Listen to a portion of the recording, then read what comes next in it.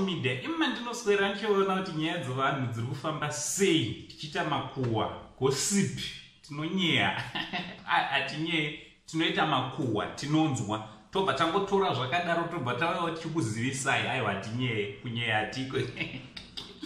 Mune nyaya yaJust Signal, iyi unotonoibata kupeji raJust Signal iriko, handiti yane mutuma hours mbichana yaitika. Handinoda kuti ndinge ndinokuzivisai motaurawo macomments kuti munofungeiwo nemafanzi anombotaurawo zvakadai dzimwe nguva nemhinduro yapiwa naJust Signal. So ndisanda kuzivisai usati wasubscriber, ndiri kukurudzira muzukuru kuti chisubscriber, turn on your notification bell kuitira pega patinoupload a video you will be notified. Also hande tinosubscriber kuchannel yakanzi Saint Trending TV, that is our baby channel. Also hande tinosubscribe ikoko, ikoko ndokuma tinokanda zvakare tumwe videos tunenge twiri raw, tinongokanhonga kakadaro tobva tatongokabairira kakadaro kuti muzvionere mega, handiti so ndichida kuti happy birthday kunewe Mhosva TV muzukuru wangu, handiti aiwa Mhosva ari kuentertaina guys, aiwa ngapiwe maruva ake munhu uyu, handiti Mhosva ari kuentertaina vanhu kuFacebook zvakanyanya, handiti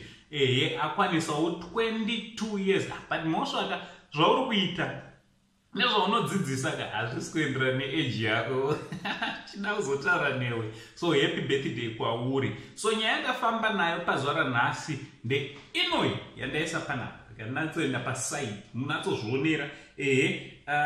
Just Signal sekuona kwamuri kuita akumbira mafanzi ake kuti aiwa kana makambotorwa mapics nenika achingokanda rakadaro comment section apo tiona atokumbirawo zvakanaka, hanzi tione kuti obva wataura place yacho, handiti so zvinova zvinhu zvakanaka kuti celebrity ari kutaurawo nevamwe mafanzi ake, mafollowers ake kuti aiwa ngati chimbondiradzeiwo kuti takambosangana kupi zviya, because vakasangana nevanhu vakawanda, hapana chakaipa. So umwe musikana anonzi Rutendo Ru aditi abva akandawo izvi nemhinduro dzacho dziri papa, zviverengerei vazukuru, ndoda kuti mungozviverengera. Abva anyorawo akati takutya kuti tiri kuda mapik newe, hanzi chihure ameno zvabvepiwo zvavataurwa naRutendo zvekuti takutya hanzi chihure, ameno kuti anga achiroi. Just Signal wabva apindura, haana kutora nguva yakareba, vapindura vati zvoni, sei muchitaura zvisina basa, do you have proof for such allegations?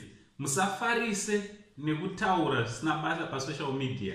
I can as well sue you for such malicious lies, handiti zvazvatova zvekuti ukanzwa vakuzotaura tosungisana ka havanenge vasingatambi macelebrity avo, handiti so vanhu tisataure zvisizvo, handiti uyu anonzi Emiabva apindura akati I think kuti vanhu vazoti chihure vaona your pic with celebs vanenge vagara vachitokuziva kuti une mahwani, izindita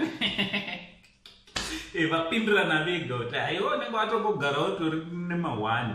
Sei muchitya kuti zoni ungarambire mukadzi wako kuti ndaona watorwa foto naJust Signal, aiwa neuchitomuziva mukadzi iye kuti ndimamupara mukadzi wangu, handiti so guys, what do you think nenyaya iri panapa? Ndo yatangoti kuigirei from Uncle Sam, the old Zimbabwean uncle. Pari zvino ngatitaura namakomenti tichiti much love.